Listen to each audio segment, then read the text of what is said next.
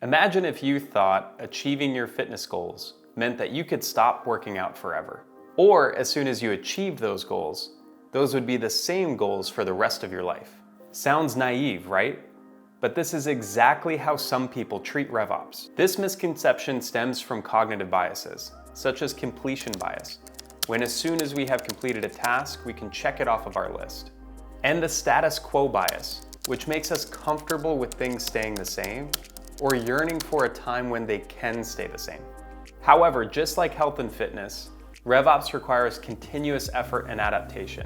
And as time goes on, the goalpost of what good looks like changes.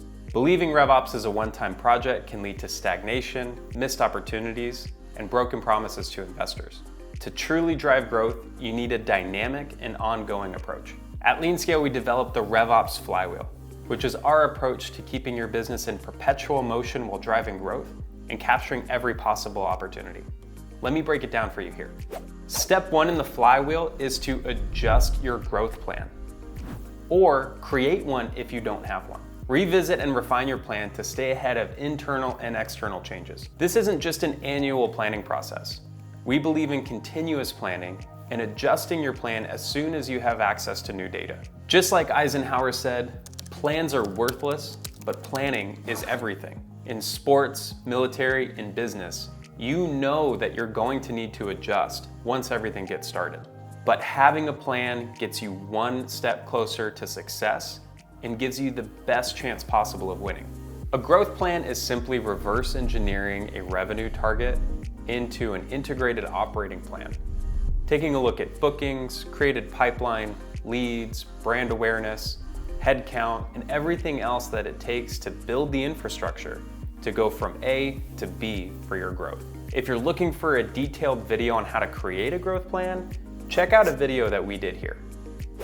Step two in the RevOps Flywheel is to augment your growth infrastructure, so you're continuously improving your systems and processes. This is the part where people expect to reach a state of homeostasis, but it simply never will.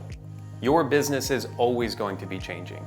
And if your business isn't changing, the market and best practices for RevOps will always be evolving. If you don't continually augment your growth infrastructure, you'll quickly fall behind. Step three in the flywheel is going to be analyzing your performance to plan.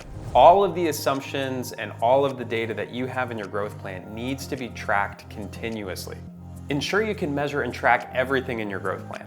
This is usually a systems and process exercise that has to be adapted and augmented every single time your growth plan changes. Ensure you've laid the foundation in the previous step so you're able to track what's going to set you up for the final step in the flywheel.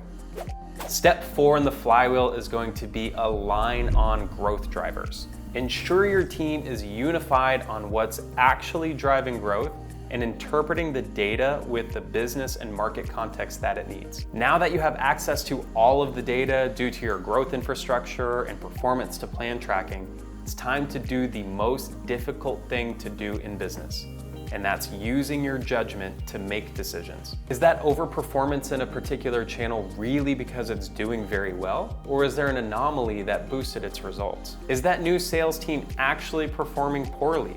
And is it a poor fit talent? Or are there external factors or product factors that may not have set them up for success? This isn't to make excuses, but the data won't tell you everything. It'll give you a piece of the puzzle that will tell you what you need to do next. Getting your team aligned on where you're going to invest next and what bets you're going to make is the most important and most difficult part of the role. And it's only possible after following the RevOps Flywheel. Once you're aligned on what's working and what's not working, it's time to go back to the first step of the flywheel and plan your next stage of growth.